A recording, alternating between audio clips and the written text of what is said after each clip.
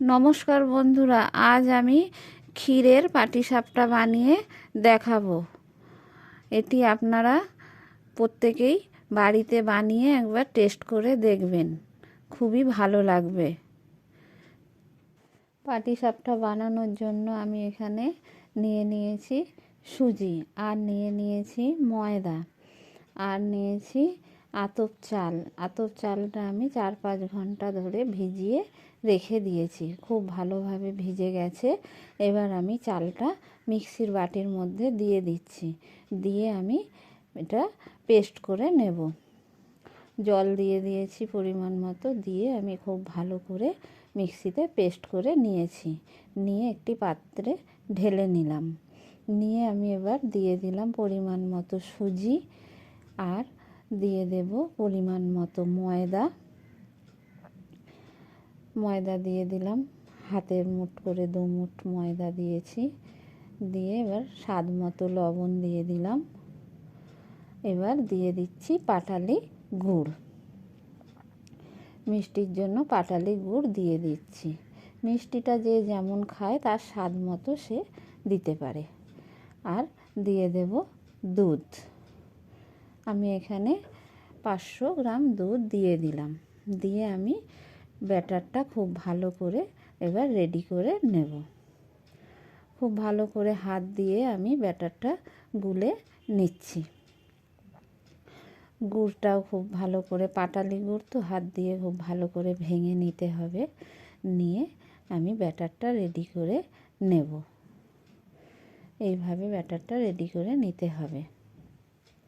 এটা খুব বেশি ঘনও হবে না, আবার একেবারে পাতলাও হবে না, সেইভাবে ব্যাটার তৈরি করে নিতে হবে। ব্যাটার রেডি হয়ে গেছে। এবার আমি কিছুক্ষণের জন্য ব্যাটারটা রেখে দিয়েছি। এবার নিয়ে নিয়েছি আমি 200 গ্রাম খোয়া ক্ষীর। খোয়া ক্ষীরটাকে আমি এবার ক্ষীর বানিয়ে নিতে হবে। দুধ দিয়ে দিয়েছি কড়াইয়ে 250 গ্রাম, দিয়ে খোয়া ক্ষীরটা দিয়ে দিয়েছি। দিয়ে আমি খুব ভালো করে খোয়া ক্ষীরটা দুধের সাথে মেশাতে থাকবো খুন্তি দিয়ে। খুব ভালো করে খোয়া ক্ষীরটা মিশে গেছে। এবার আমি নলেন গুড় দিয়ে দিলাম মিষ্টির জন্য নলেন গুড় দিয়ে দিয়েছি। দিয়ে আবার আমি ভালো করে মেশাতে থাকবো ক্ষীরটা রেডি করার জন্য।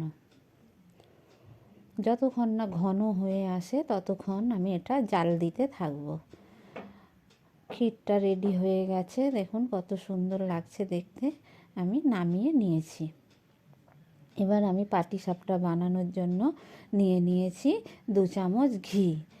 নিয়ে আমি এবার উনুনের মধ্যে তাওয়া বসিয়ে দিয়েছি, ঘি ব্রাশ করে দিয়েছি। দিয়ে এবার আমি দিয়ে দিলাম কাপের করে পরিমাণ মতো ব্যাটার। দিয়ে ভালো করে ব্যাটারটা আমি হাত দিয়ে ঘুরিয়ে পাতলা করে নিলাম, রুটির মতো করে নিয়েছি। নিয়ে এবার আমি দিয়ে দিচ্ছি ক্ষীরটা দিয়ে এবার আমি খুন্তি দিয়ে রোলের আকার করে নেব। দেখুন এইভাবে পাটিসাপটাগুলো আমি রেডি করে নেব। এই দেখুন এইভাবে রোল মতো করে নেব। পাটিসাপটা পিঠে আমার রেডি হয়ে যাবে।